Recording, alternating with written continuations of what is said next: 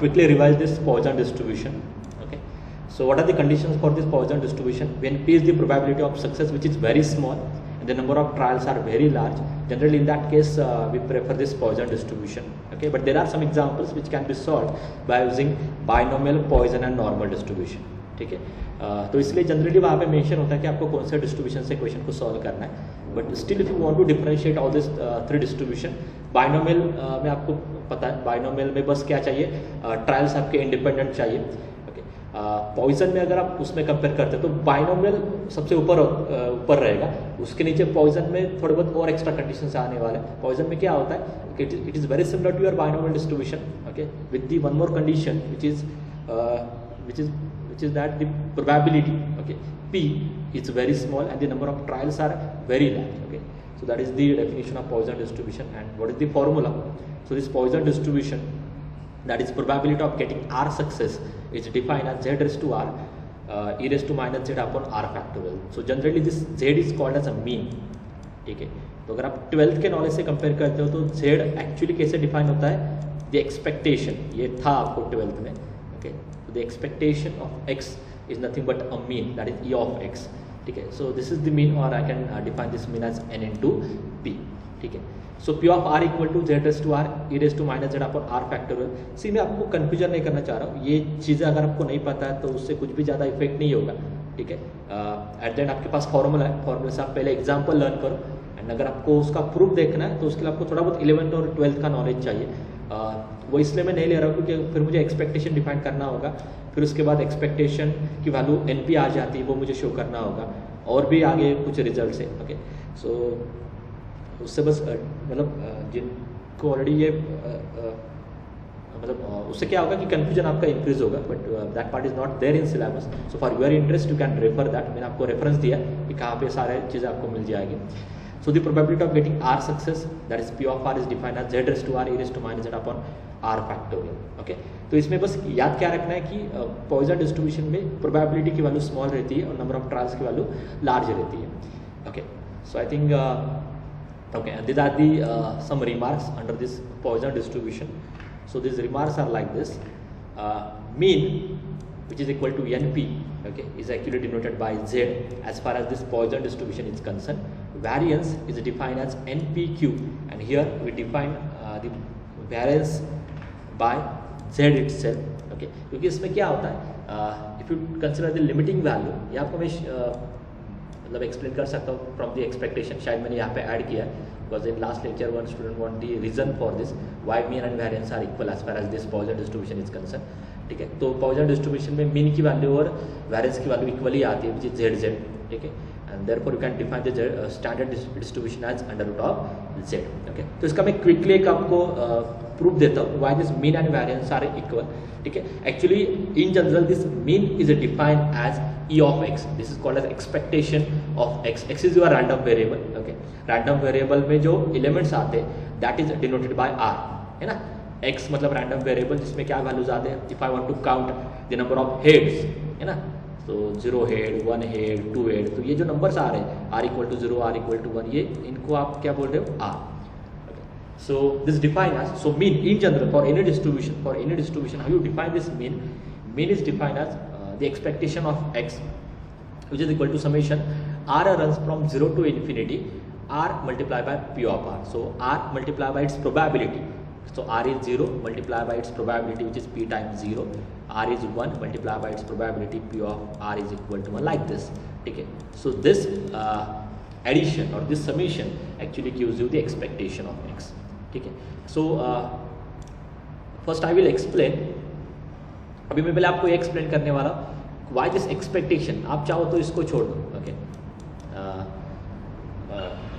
not necessary to consider this NP and NPQ. Okay, so here first I want to explain why mean is equal to Z as far as Poisson distribution is concerned. ठीक है, so this in general this expectation or the mean is defined as summation r is equal to 0 to infinity r into pr.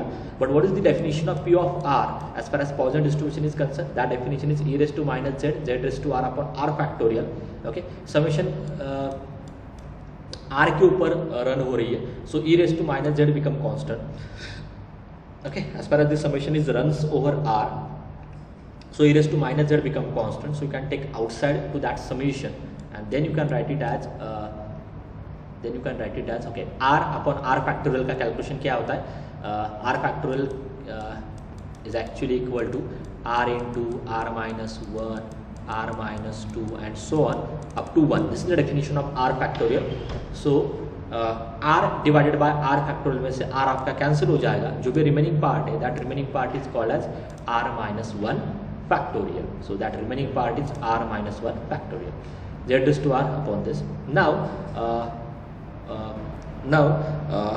from this z raised to r, okay, this z raised to r can be written as z into this z raised to r can be written as z into z raised to r minus 1. This is just the adjustment. Okay, you will understand why I split this z raised to r as z into z raised to r minus 1. Okay, so and then in next step, as far as this z is concerned, this z become constant for this summation because this summation is runs over r only. तो ये z आपका बाहर आ जाएगा, correct, and bracket में you will get as z raised to r minus 1. तो next step पे आपको क्या मिल रहा है, z raised to r can be written as z into z raised to r minus 1. उसमें से z आपका बाहर आ जाएगा और ब्रैकेट में आपको क्या मिलने वाला है, z raised to r minus 1. Sure, ये तो बस एक एडजस्टमेंट है. So now outside this summation u will have e raised to z multiply by z. Okay, और समेशन के अंदर आपको क्या मिल रहा है, z raised to something upon that something into factorial. So in general z raised to any n upon that n factorial always gives you z e raised to z. This is the definition of exponential function, or this is the Maclaurin series expansion. This is the Maclaurin series expansion of e raised to z. Correct. So z raised to anything upon that anything into factorial always gives you e raised to z. So this is so this summation actually implies as e raised to z. So z raised to n upon n factorial. So this summation actually e raised to z. Now e raised to minus z into e raised to z become e raised to 0, and that is 1. Therefore this gives you z. तो यहाँ पे आपको क्या result मिल रहा है, जो mean आपका आता है अंडर दिस पॉइजन डिस्ट्रीब्यूशन, वो मीन क्या आता है, z. करेक्ट. सो ये हो गया फर्स्ट का प्रूफ. नाउ सेकंड केस में here I consider the one more term, that is e of x square. This is not the expectation. Expectation की definition क्या है, e of x only. तो यहाँ पे मैं स्क्वायर ले रहा हूँ. तो जैसे आप यहाँ पे x स्क्वायर लेते हो, फॉर्मूला क्या आता है, r square into p of r. So in general, expectation of x raised to n is equal to summation r raised to n into p of r. ये सारी चीज़ें आपको 12th के बुक में मिल जाएगी. ओके, एंड सिंपल चीज़ें, may be ज़्यादातर students को ये पता होगा. So for n equal to 2, e of x square equal to r square p of r. And now if you solve this part, जैसे मैंने प्रीवियसली आपको सॉल्व करके दिया था, I will skip this calculation. ये लेंदी है थोड़ा बहुत और उसमें टाइम जाएगा. So I just skip that calculation. And if you solve this summation, then you will get the value as z square plus z. ठीक है. और now if I consider the definition of variance of x in terms of expectation, okay, ये भी एक formula है, variance का formula, ये actual formula है, यहाँ से फिर सारी चीज़ें आ रही है. ठीक है, ये इन टर्म्स ऑफ एक्सपेक्टेशन कैसे डिफाइन किया, e of x square minus e of x whole square. ठीक है, now just put all this values. e of x square मतलब z स्क्वायर प्लस z, ये फॉर्मूला है. ठीक है, e of x square is z square plus z minus e of x जो अभी आपने कैलकुलेट किया था, e of x क्या था, मीन की वैल्यू क्या थी, z, बट पावर में क्या है 2, so it become z square. So z square minus z square cancel हो जाएगा, विल गेट z. तो वेरिएंस भी क्या आ रहा है, z आ रहा है. मीन भी क्या आ रहा था, मीन मतलब e of x भी क्या आ रहा है, z आ रहा है. So as far as this Poisson distribution is concern, both mean and variance are z. Correct. तो ये प्रूफ इसलिए मैंने लास्ट लेक्चर में स्किप किया था क्योंकि इसमें एक्सपेक्टेशन का पार्ट आ रहा था, which is not there in syllabus right now. ठीक है, तो ये जो पार्ट है जितने स्टूडेंट को समझ में आ रहा है, ओके, अगर नहीं भी समझ में आ रहा है तो वैसे कुछ कहीं पे जाके हमें इनका यूज़ नहीं करना है. आपको एट द एंड बस वो फॉर्मूला चाहिए. ओके, पॉइजन डिस्ट्रीब्यूशन का फॉर्मूला चाहिए और उसके एप्लीकेशन सबको लर्न करना है. आपका अप्लाइड सिलेबस है, so to focus more on the applications part. ठीक है, एंड आई थिंक ये सारे एग्जाम्पल्स मैंने लिए थे. Whether this question is clear to everyone, या you want me to repeat again. ये क्वेश्चन ये लास्ट लेक्चर में लिया था. Okay, so I quickly go through this example. In a certain factory turning out a razor blades, there is a small chance of 1/500 for any blade to be defective. तो यहाँ अब तक अगर आप read करते हो तो आपको क्या समझ में आ रहा है, we have given the probability of defective blade, है ना, what is that probability? So in solution, the probability of defective blade is actually 1/500 and which is equal to 0.002. ठीक है, so this is the probability of defective blade. From this you can calculate Q, तो वो ऐसा कुछ मिल रहा है, but I think in case of Poisson there is no use of this Q. ये Q का कैलकुलेशन पॉइजन में आपको नहीं चाहिए, तो जस्ट फॉर योर रेफरेंस मैंने आपको करके दिया. Okay, now next, now will read the next statement. So next part is what, the blades are supplied in a packet of 10. ठीक है, तो बेसिकली एक जो सिंगल पैकेट होता है उस सिंगल पैकेट में कितने ब्लेड्स आते हैं? There are 10 blades. ये आपको गिवन है. Now we have to use the Poisson distribution, so it is already there in the example. Okay, तो you cannot apply the other distribution now. अगर उन्होंने बोला है कि आपको Poisson से सॉल्व करना है तो आपको Poisson से ही करना होगा. Okay, you can't select the other method. Now use the Poisson distribution to calculate the approximate number of packets. Okay, you have to find the count of packets containing no defective. तो ये first case क्या है, आपको actually क्या करना क्या है, find the count of find the number of packets containing no defective blade, means zero defective blade.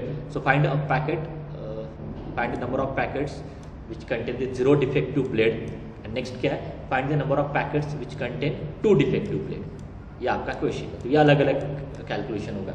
तो फर्स्ट केस में आपको नो डिफेक्टिव ब्लेड के पैकेट्स कैलकुलेट करने, ओके, एंड नेक्स्ट केस में टू डिफेक्टिव ब्लेड के packet calculate करने. तो इससे आपके पास कितने पैकेट्स है? In a consignment of 10,000 packets. So total we have 10,000 packets. So from this 10,000 packets we have to find the number of packets which has zero defective blade and the number of packets which has two defective blade. That is our question. Okay, तो approach आपका क्या होगा, आप directly 10,000 पे workout नहीं करने वाले हो. आप ये सारा calculation, do this all calculation only for one packet. Okay, तो मैं क्या करने वाला हूँ, calculate the probability of defective blade, probability of zero defective blade for one packet, calculate the probability of two defective blade for one packet. फिर उसके बाद 10,000 से मल्टीप्लाई करो, you will get the required result. Okay, so in solution, okay, this part I already explain to you. तो यहाँ पे उन्होंने ही दिया है कि पॉइजन डिस्ट्रीब्यूशन का यूज़ करो, तो आपको डायरेक्टली लेना है. अगर आपको रीजन चाहिए, अगर ये पार्ट नहीं मेंशन होता है तो so in that case why I choose this Poisson distribution, because here the probability is very small. You can see this p value, p is very small, therefore we have to use the Poisson distribution. Okay, and so now onwards, so now in next calculation I consider n as 10, क्योंकि आपको मैंने पहले clear किया कि हमें workout करना है for only one packet. One packet का मतलब क्या होता है, देयर आर 10 ब्लेड्स, तो हमें सारा कैलकुलेशन करना है ओनली फॉर दिस 10 ब्लेड, मतलब for one packet. Okay, so here z is equal to means n into P, so that z is equal to 10 into n की वैल्यू क्या है, there are 10 packets, probability क्या है 0.002, so that z equal to 0.02. Now let's calculate the probability of no defective blade, means probability of zero defective blade, that is p of r equal to 0, so which is equal to e raised to minus z raised to r, but r क्या है 0 upon r factorial, so 0 factorial. ये आपकी क्या है definition, तो r की value यहाँ पे क्या है 0, तो r इक्वल टू 0 पुट करो, you will get something like this. Okay, put करो सारे वैल्यूज कैलकुलेट करो, you will get the answer at 0.9802. So this is the probability of zero defective blade. Okay, but ये हो गया one packet के लिए, क्योंकि एक पैकेट में 10 ब्लेड्स आते हैं, तो ये आपने 10 ब्लेड्स के लिए कैलकुलेट किया था, but we have to calculate for 10,000 packets. So the number of packets containing no defective blades in a consignment of 10,000 packets, just multiply 0.9802 by this 10,000, you will get that number of packets. So that value is 9801.9867. अगर आप यही भी stop करते हो, that is also okay. Okay, वो भी आपका correct ही consider किया जाएगा. बट यहाँ पे क्वेश्चन में आपको समझ में आ रहा है कि आपको नंबर ऑफ पैकेट कैलकुलेट करना है, वो काउंट है ना, काउंट हमेशा इंटीजर में होता है. So just approximate this to integer value, तो ये क्या होगा, आगे 98 आ रहा है, मतलब ये 02 तक जाएगा, तो दिस वैल्यू इज 9802. ओके, ये अप्रोक्सीमेशन एक्चुअली आपको करना है, बट अगर मिस हो भी जाता है, okay, in that case so you will get the full marks, क्योंकि यहाँ पे नंबर कैलकुलेट करना है, तो वो काउंट है. Sure. Now next case, in next case we have to find the probability of two defective blade, means p of r equal to 2. Okay, just use this formula p of r equal to z raised to r e raised to minus z upon r factorial, but r is 2, so a raised to minus z z square upon 2 factorial. Just put z equal to that value 0.02, calculation karo, that number is 0.000 times 2, and now calculate this thing for 10,000 packets, which is equal to 10,000 multiplied by this count, and ये आपका आ रहा है 1.9604. That is nothing but 2 as far as count is concerned. Okay, and now we'll take the second example. I think these two examples are already over in the last lecture. Okay, so question number 2 is like this: a manufacturer of cotton pins knows that 2% of its product is defective. Okay, so let me define P now. So probability of cotton pin to be defective is what? 2 upon 100, 2%, that is 2 by 100. So that probability is 0.02. So again you can observe here this P is very small. It is nearly equal to 0. Therefore we solve this question by using Poisson distribution. चलो अभी next statement red करते हैं. If he sells cotton pins, okay, and guarantees that not more than 5 pins will be defective in a box. ठीक है? So this is the guarantee given by the seller that not more than 5 pins will be defective, not this. ठीक है? Find the approximate probability that box will fail to meet the guaranteed quality. ठीक है?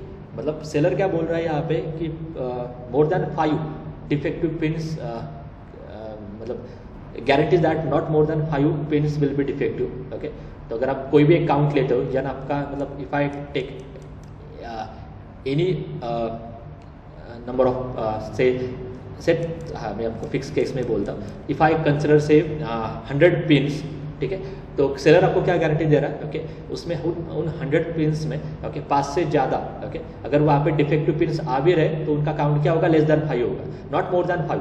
मतलब क्या होगा कि वहाँ पे हार्डली एक तो मतलब 0 डिफेक्टिव पिन्स रहेंगे, 1, 2, 3 और 4, इससे ज़्यादा डिफेक्टिव पिन्स वहाँ पे नहीं आने वाले.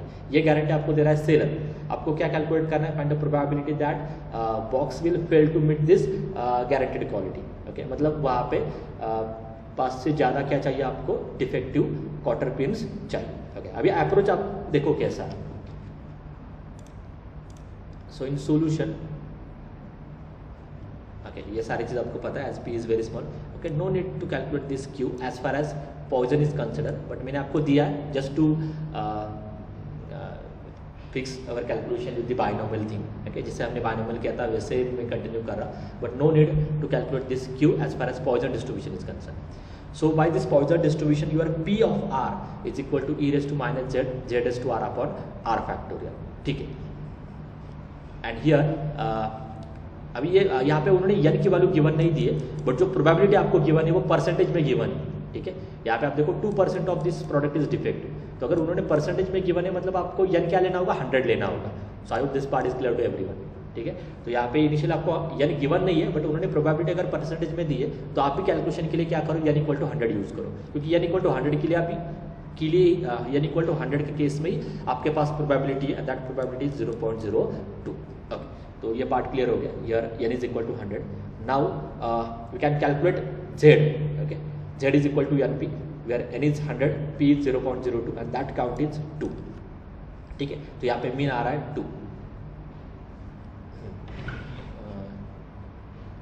Just give me 1 minute. Let me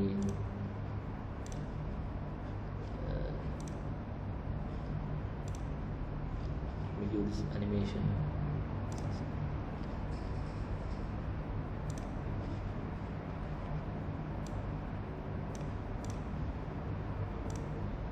Okay.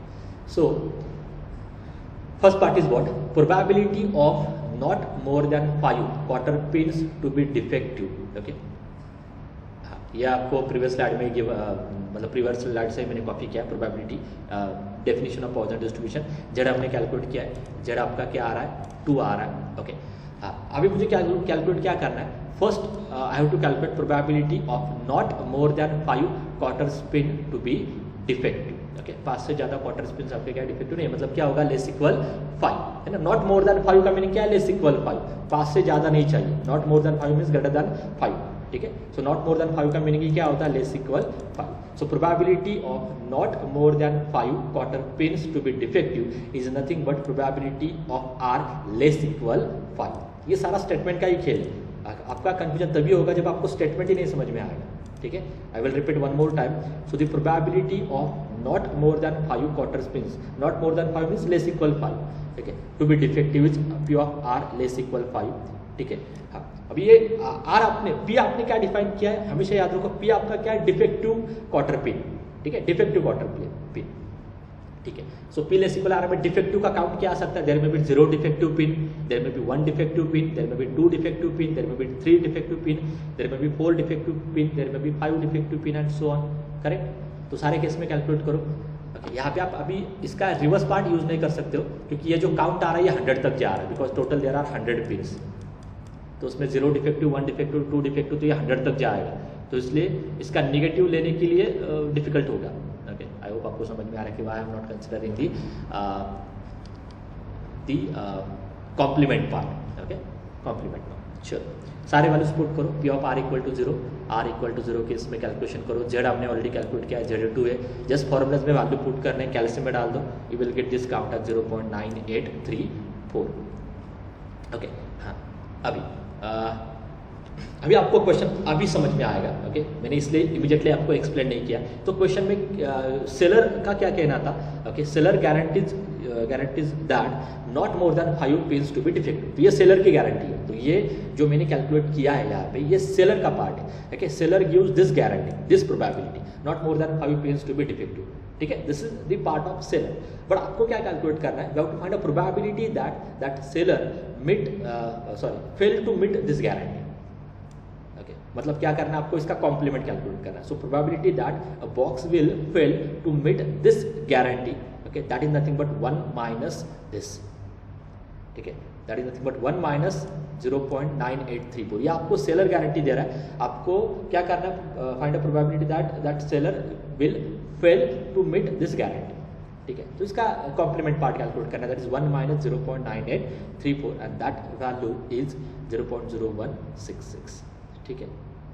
Okay, is this question is clear to everyone या कुछ डाउट्स है इसमें?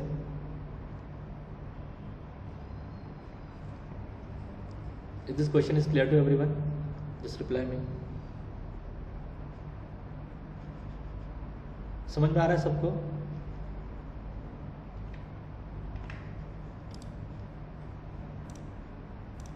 कोई तो रिप्लाई करो। ओके, चलो now next question number 3. The average number of misprints per page.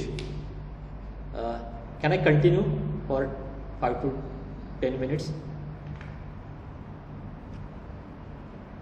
Okay, I will continue for 5 or 6 minutes so that you can complete this topic. Okay, so the average number of misprints per page of book is 1.5. ठीक है, so average मतलब ये mean given है, ठीक है। So in solution the average number of, पहले मैं आप मतलब ये क्वेश्चन कैसे मैं रीड कर रहा हूँ, एक स्टेटमेंट रीड कर रहा हूँ, फिर उसके बाद इमीडिएटली सॉल्यूशन लिख रहा हूँ। क्योंकि क्या होता है, एक टाइम पे अगर आप सारी चीज़ें रीड करते हो ना, तो आपको नहीं समझ में आता कि करना क्या है उसमें। इसलिए धीरे धीरे जाओ। ओके, स्मॉल स्टेटमेंट पे फोकस करके फिर सॉल्यूशन लिखने की कोशिश करो। So the average number of misprints per page of book is 1.5। तो पहले मैं सॉल्यूशन में वही लिख रहा हूँ, since the average number of misprint पर पेज ऑफ बुक इज 1.5। इसका मतलब क्या, एवरेज जैसे वर्ड आता है उसका मतलब क्या, मीन। तो z इक्वल टू 1.5 ये आपको गिवन है। फिर नेक्स्ट स्टेटमेंट रीड करता हूँ, assuming the distribution of number of misprints to be Poisson. तो यहाँ पे उन्होंने बोला कि पॉइजन का यूज आपको करना है। ओके, पॉइजन का यूज करना है मतलब, so this value is NP। Okay, so you have to define a P। तो जो दिया है वही आपको डिफाइन करना होगा। सो द प्रोबेबिलिटी ऑफ मिसप्रिंट पर page, misprint per page, okay, that become your P. Okay, probability of so P is probability of misprint per page.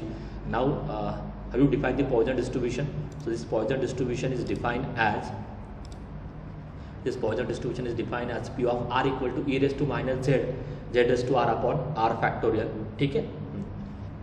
अभी क्वेश्चन मतलब ये कैसे लिखा है मैंने, क्योंकि उन्होंने बोला कि use the Poisson distribution, okay. It is already there in the example that we have to use the Poisson distribution, so this three statements are from the Poisson only. Now will read the next statement, the probability that a particular book is free from misprints, मतलब zero, we want zero misprint, and the number of pages containing more than one misprint, okay. तो हमेशा ये count है, मतलब 900 pages के लिए करना है, उसके लिए आप पहले एक सिंगल पेज के लिए करो, ठीक है। तो आपको पहले क्या करना होगा, calculate probability of misprint more than one, है ना, मोर देन वन मिसप्रिंट। पहले आप ये कैलकुलेट करो फॉर वन पेज, फिर उसके बाद 900 से मल्टीप्लाई करो। तो एक केस में आपको जीरो मिसप्रिंट के लिए कैलकुलेट करना है, मतलब आर इक्वल टू जीरो के लिए कैलकुलेट करना है, और एक केस में R greater than one, more than one misprint के लिए कैलकुलेट करना है। So in solution the probability that a particular book is free from a misprint, that is probability of r equal to 0, okay। z आपको given था e raised to minus z, z raised to 0 upon 0, e raised to minus z, formula हमेशा याद रखो, e raised to minus z, z raised to r upon r factorial, r is 0, z equal to 1.5, and if you calculate that value, that gives you 0.2231। next question क्या था, the probability that a particular book contain more than one misprint per page, that is probability of r greater than 1, okay। but here we don't know that how many pages are there, okay।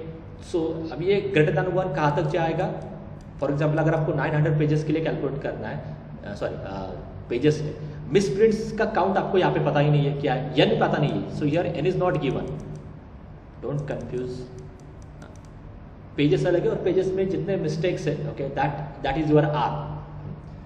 So probability of particular book contain more than one misprint, ठीक है, but वो misprint का and कहाँ तक है, मतलब maximum कितने मिसप्रिंट्स आते हैं वो आपको पता ही नहीं। There may be zero misprint, there may be 1, there may be 2, there may be 3, there may be 4। So this count actually in general this number of misprints count runs from 0 to infinity, कुछ पता ही नहीं कि कहाँ पे stop करना है, ठीक है। यहाँ भी ये भी पता नहीं कि एक पेजेस पे कितने टेक्स्ट आ रहे हैं, ठीक है, तो ये अभी भी क्लियर नहीं है, तो मैं रन कैसे कराऊँ 0 टू इन्फिनिटी। तो ग्रेटर देन 1 पे 2, 3, 4, 5 अप टू इन्फिनिटी तक कैलकुलेशन करना पॉसिबल ही नहीं है, तो मैं क्या कर रहा हूँ, इसका कॉम्प्लीमेंट यूज करता हूँ। इसका कॉम्प्लीमेंट क्या होता है, इन जनरल वैल्यू कैसे रन हो रही है 0, 1 से लेकर इन्फिनिटी तक, बट आपको 1 के आगे जाना है, 1 के आगे मतलब ये पार्ट आता है, तो इसका कॉम्प्लीमेंट क्या होगा, इसका कॉम्प्लीमेंट होगा 1 minus this part 0 and 1। So the complement of p of r greater than 1 is actually 1 minus, ठीक है, ये आपको नहीं समझ में आएगा, 1 minus p of r equal to 0 and plus p of r equal to 1, ठीक है। So it's better to calculate for this two case only. So just calculate for p of r equal to 0, just calculate for p of r equal to 1, and that gives you 0.4422, ठीक है, okay. हाँ, I think आपको 900 pages के लिए calculate करना है, सो 900 pages के लिए बस 900 से मल्टीप्लाई करो, so that count is 397.98, but ये काउंट है ना, नंबर ऑफ पेजेस है तो ये काउंट है, तो इसको मैं अप्रोक्सीमेट करा इंटीजर से, and that number is 398। So total there are 398 pages which contain more than one misprint. So only 2 questions are remaining, hardly need 2 minutes। So number of road accidents on a highway during a month follows a Poisson distribution, okay। So आपको P क्या define करना होगा, what is okay, शायद मैं आपको mean he दिया होगा, so here mean is equal to 5, find a probability that in a certain month number of accidents on a highway will be less than 3। so यहाँ पे आपको कैलकुलेट क्या करनी है, probability that in a certain month, for 1 month, yeah, for 1 month, certain month, that is for 1 month, number of accidents on a highway will be less than 3, between 3 and 5 and more than 3, okay। तो यहाँ पे मैं क्या कर रहा हूँ, पहले P define करता हूँ, तो P क्या होगा, कैलकुलेट क्या करना है, number of accident less than 3, between 3 and 5 and more than 3। तो आपको P क्या डिफाइन करना होगा, probability of accident in 1 month. तो जैसे आप उसमें R लेते हो तो वो आ जाएगा काउंट, ठीक है ना। So probability of accident in 1 month, that is become my P। So by the Poisson distribution formula is like this, ठीक है। Z आपको गिवन ही है क्वेश्चन में, तो पहले आपको कैलकुलेट क्या करना है, we have to calculate probability that in a certain month, that is for 1 month, number of accidents less than 3, that is P of R less than 3. तो वो क्या आएगा, there may be 0 accident, 1 accident, 2 accident. ये तो possibilities है. P of R equal to 0 calculate करो, 1 के लिए कैलकुलेट करो, 2 के लिए कैलकुलेट करो. Z गिवन था, फॉर्मूला आपका क्या है, पॉइजन का e raise to minus Z, Z raise to R, ये मल्टीप्लाई है बीच में अपॉन आर फैक्टोरियल. ओके, तो उसमें R0, R1, R2 के केस में कैलकुलेट करना है. Z आपको गिवन है विच इज 5. ठीक है, तो ये कैलकुलेशन आपका आ जाएगा 0.1247. नेक्स्ट केस क्या थी, probability that in a certain month number of accidents lies between 3 and 5. Okay, that is in between 3 and 5. तो ये लेस सिंपल है, यहाँ पे 3 भी काउंट करना है, 5 भी काउंट करना है, इन बिटवीन है वो, इन बिटवीन 3 and 5. तो वो क्या आएगा, P of R equal to 3, 4, 5. In between 3 and 5 कौन कौन से वैल्यूज आ रहे हैं, 3, 4 and 5. तो 3, 4, 5 के लिए कैलकुलेट करो, हो गया ये भी. थर्ड केस क्या है, greater than 3, probability that in a certain month number of accidents more than 3. अभी more than 3, number of accidents कहाँ पे एंड हो रहा है पता ही नहीं. मोर दैन 3 मतलब कितने एक्सीडेंट्स हो सकते हैं, 4, 5, 6, 7. तो आपको पता है कि नंबर ऑफ एक्सीडेंट्स का जो काउंट होगा इन अ सर्टेन मंथ वो 0 to इन्फिनिटी रन होगा. ओके, इसलिए मोर देन 3 का कैलकुलेशन करने से अच्छा क्या आप क्या करो, उसके पीछे का कॉम्प्लीमेंट का पार्ट यूज करो, that is 1 minus P of R equal to 0, 1, 2, 3. तो ये इससे आपको ग्रेटर देन 3 की वैल्यू मिल जाएगी, क्योंकि ये आगे कहाँ तक जा रहा है वही हमें पता नहीं ना. ओके, वो काउंट आपको गिवन नहीं है एग्जाम्पल में, तो इसलिए हमें कॉम्प्लीमेंट का यूज करना होगा. And now if I put all this values you will get this answer as 0.7350. Correct. तो ये सिंपल एग्जांपल था जिसमें बस कॉम्प्लीमेंट का यूज़ किया है, वो आपको मैंने एक्सप्लेन किया विदाउट n. यहाँ पे n गिवन नहीं था, फिर भी आपने वो कैलकुलेशन किया. Now this last